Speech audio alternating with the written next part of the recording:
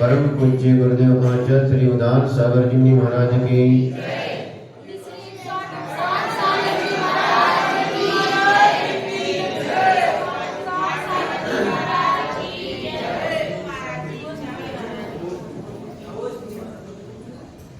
यदि हमारे अंदर अपनी आत्मा के दर्शन करने के भाव जागे हैं कि आत्मा कैसी है और इस संसार में अनंत भाव बीत चुके हैं, अभी तक इस आत्मा के मुझे दर्शन नहीं हुए। आत्मा के दर्शन से तात्पर्य है अपनी आत्मा का कल्याण करना। जिस दिन जिसको अपनी आत्मा के दर्शन हो गए, मान के चलो उसके लिए मुक्ति का रास्ता खुल गया। अपनी आत्मा का कल्याण करने का भाव जिसमें भव्यात्मा जीव के अंदर जागृत होता है, तो उसे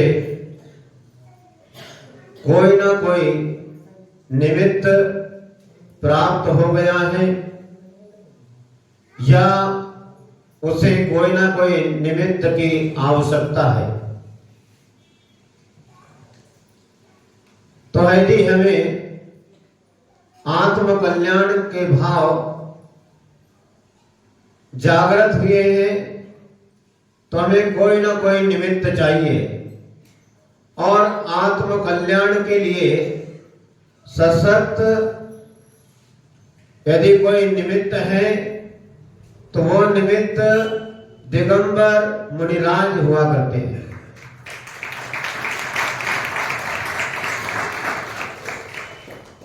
दिगंबर मुनिराजों का निमित्त मिल जाए और उसका सही सही लाभ लिया जाए तो आत्म कल्याण का मार्ग प्रशस्त होने में समय नहीं लगता है।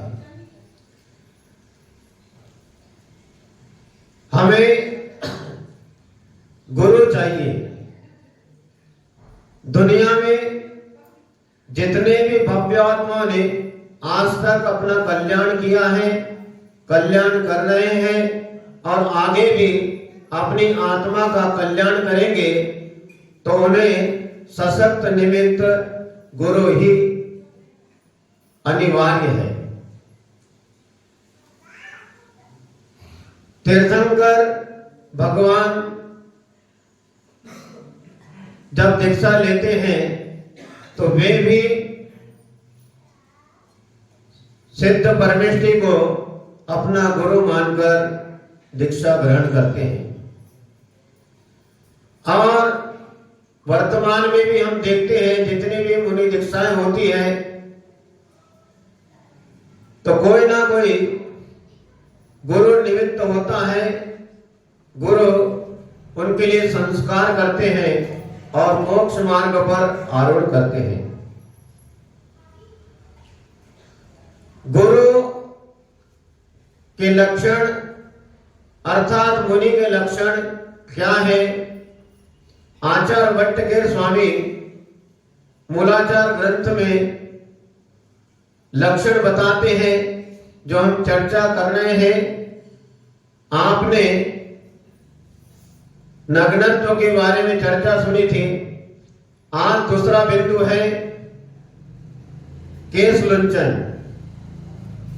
तो दिगंबर मुनि केश लोच उसकी भी क्रिया प्रमुख क्रिया है। केश लोच करना अति आवश्यक है।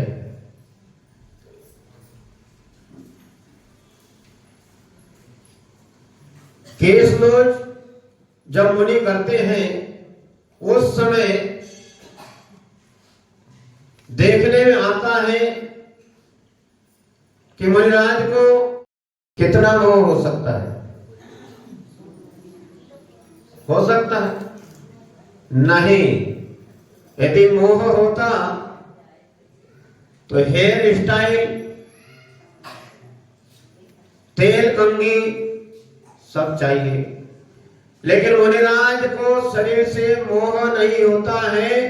घास फूस की तरह अपने हाथों से दाढ़ी, मूछ और सिर के बाल उखाड़कर फेंक देते हैं।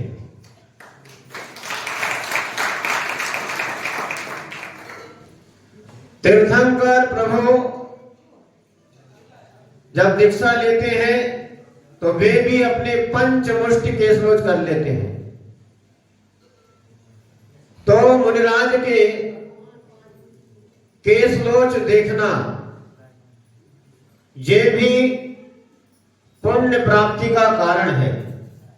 जिसको पुण्य का संचय करना हो तो मुनिराज का जब केशलोच होता है तो केशलोच देखना चाहिए। और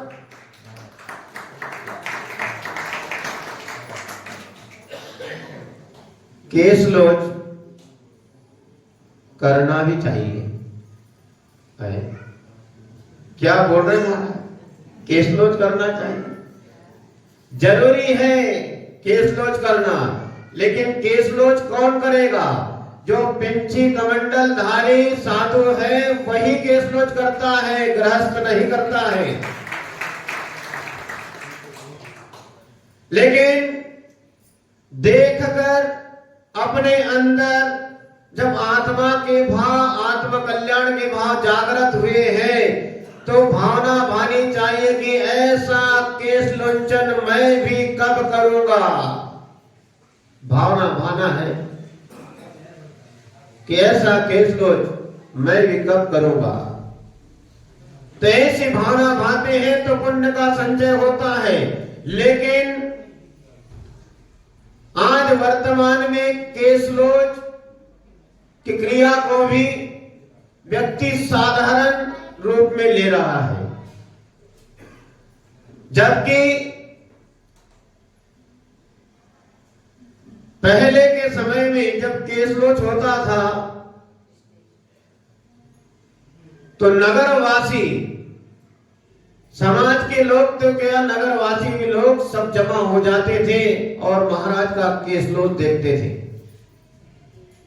और आज के समय में यदि महाराज का केशलोच चल रहा है तो दर्शन तो कर ही लो। और कुछ भक्त मंडली आज भी है, ऐसा नहीं है कि, लेकिन उनका परसेंटेज जरा डाउन हो गया है। केशलोच की क्रिया देखने के भाव, यदि महाराज का केशलोच चल रहा है तो आए और एक अर्घ चढ़ाया, चावल चढ़ाए, नमोस्तु किया और चले गए। बोले तुम तुम्हारा काम करो, हम हमारा काम करते हैं, टाइम नहीं है।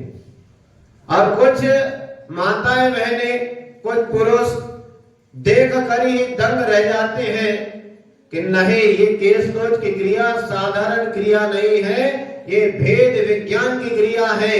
केशलोच की क्रिया देखकर, केशलोच करके भेद विज्ञान प्राप्त हो जाता है, जैसी महान क्रिया होती है। तो कुछ लोग बैठकर मेरी भावना पढ़ते हैं, वैराग्य भावना पढ़ते हैं और भावना भाते हैं। जब तक केशलोच नहीं हो जाते तब तक बैठे रहते हैं, क्योंकि ये कोई साधारण क्रिया नहीं है। ये साधु की केशलोच की क्रिया दिगंबर साधु की पहचान हुआ करती है। सन 1980 की घटना है। हमारे पूज्य गुरुदेव आचार्य श्री उदार सागर जी मुनि महाराज बासा ग्राम दमोह जिला में जन्मे। 1976 में उन्होंने आचार्य भगवान श्री विद्यासागर जी मुनि महाराज जी के दर्शन किए 18 दिन आचार्य श्री बासा ग्राम में रुके। तो आचार्य श्री के दर्शन करके ऐसा कोई व्यक्ति नहीं होगा जो प्रभावित नहीं होता। तो पूज्य गुरुदेव उदार सागर जी मुनि महाराज जी और उनके कुछ मित्र लोग 1980 में आचार्य रघुन विद्यासागर जी महाराज द्रोणगिरी में थे। तो पूज्य गुरुदेव आचार्य श्री उदार सागर जी मुनि महाराज जी का बचपन का नाम मुकेश कुमार था। तो ये मुकेश कुमार अपने साथियों के साथ द्रोणगिरी पहुंच गए, क्योंकि वैराग्य के भाव उत्पन्न हुए। उस समय ओल्ड 11th 11वीं कक्षा पढ़ते थे और दमोह में पेपर देने जाना होता है। तो दमोह में बहाना बनाया कि दमोह जा रहे हैं शायद कमरा देखने के लिए। इस बहाने से दमोह पहुंचे और वहां से चुपचाप 2-3 मित्र थे। तीनों मित्रों ने सलाह की, अब तो घर से बाहर आ गए, अब कोई डर नहीं है, अब तो आचार्य जी के पास जाना है। जैसे तैसे उन्होंने अपने हाथ में जो घड़ी पहनते थे, HMT क्वालिटी पुरानी चलती थी, तो अपनी घड़ी 80 रुपए में बेचकर उन पैसों से द्रोणगिरी पहुंच गए आचार्य के पास। आचार्य के पास पहुंचे और वहां आचार्य को प्रणाम किया और आचार्य से आज्ञा लेकर कि हमें केस लॉज करना है, हमें दीक्षा लेना है। तो आचार्य ने उनको आशीर्वाद दे दिया। अब इन लोगों ने केस लॉज कर लिया। अब 10 किलोमीटर बांसा से दमोह, भाई सपना कितनी दूर है? बहुत बढ़िया, आधा घंटे का रास्ता है, 10 किलोमीटर। तो लोगों को, घर के परिवार वालों को चिंता तो हो ही जाएगी, होती है कि भाई दमोह गए हैं, अभी तक क्यों नहीं लौटे। सुबह से शाम हो गई, रात हो गई, दूसरा दिन निकल गया, फिर दूसरा दिन भी शाम हो गई, दो दिन हो गए, अभी तक नहीं। तो समाज में हलबड़ी मच गई, पता नहीं कहां गए। तो धीरे से कहीं से सुराग मिली कि आचार्य श्री अपने यहां 18 दिन रुके थे और एक आचार्य विमल सागर जी महाराज भी आए थे। उन्होंने इन बच्चों के गले में जनेऊ डाला था, जनेऊ संस्कार किए थे। पता नहीं क्या मंत्र लगाया, क्या हुआ। 1976 में कुंडलपुर में आचार्य श्री के दर्शन किए थे। जब से वैराग्य के बीज अंदर उत्पन्न हुए हैं हृदय में, तो उनको शंका हुई, कहीं से पता लगा कि ये तो द्रोणगिरी। तो समाज के कुछ विशिष्ट लोग, गणमान्य लोग एकत्रित हुए और द्रोणगिरी पहुंच गए। देखा, अरे ये तो ब्रह्मचारी बन गए, ये तो केस लॉज कर लिए। तो मुकेश कुमार जी के पिताजी और वहां स्टोर वाले हैं जैन साहब, ऐसे लोग, तो सभी लोगों ने देखा कि ये क्या हो रहा है, तो घबरा गए। आचार्य श्री के पास पहुंचे और आचार्य श्री से कहने लगे कि आचार्य श्री, ये जो बच्चे हैं ये 11वीं क्लास पढ़ते हैं और पढ़ाई के डर के मारे इन्होंने यहाँ आपके पास आकर दीक्षा लेने का मन बनाया है और इन्होंने केस लॉज कर लिया है। ये पढ़ाई के डर से आए हैं, ये अपने भाव से नहीं आए हैं, इनको पढ़ाई का डर लगता है, इसलिए आपके चरणों में आए हैं आचार्य श्री, हम इन्हें ले जाना चाहते हैं। ये 11वीं क्लास पढ़ रहे हैं, 11वीं की इन्हें परीक्षा देना है, इन्हें पास होना है, और इन्होंने भावुकता में आकर केस लॉन्च किया है। तो आचार्य श्री ने उन लोगों से कहा, भैया आप कह रहे हैं कि पढ़ाई के डर से यहाँ आए हैं, दीक्षा ले रहे हैं, केस लॉन्च कर रहे हैं, केस लॉन्च किया है। आप 11वीं क्लास पास होने की बात करते हो, मैंने तो इन्हें बीए पास कर दिया है, मैंने इन्हें बीए पास कर दिया है। बोले नहीं आचार्य श्री, इन्होंने भावुकता में आकर केस लॉन्च किया है।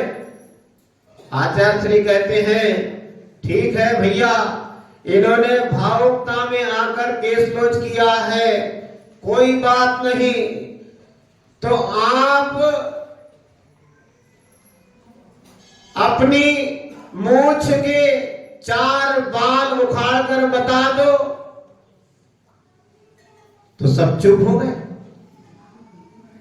कोई तैयार नहीं हुआ। तो ये केस लॉन्च की क्रिया हर कोई नहीं कर सकता है। जिसे संसार से भय है, संसार के दुखों से भय होता है, जिसके अंदर वैराग्य होता है, वही केस लॉन्च करता है। ये हर किसी की बस की बात नहीं है। ये दूसरा लक्षण मुनिराज का इस विषय में आज आपने सुना। और जब भी कभी कोई मुनिराज का, साधु का केस लॉन्च होता है, तो उस केस लॉन्च की क्रिया को अवश्य हमें देखना चाहिए और भावना भानी चाहिए कि ऐसा शुभ अवसर हमारे जीवन में भी कब आता है, हम भी ऐसा केस लॉन्च कब करें और मोक्ष मार्ग पर कब आरूढ़ हो। ऐसी भावना प्रत्येक व्यक्ति के अंदर जागृत होना चाहिए। इसी मंगल भावना के साथ जो लोग परम पूज्य गुरुवर आचार्य श्री उदान सागर जी महाराज के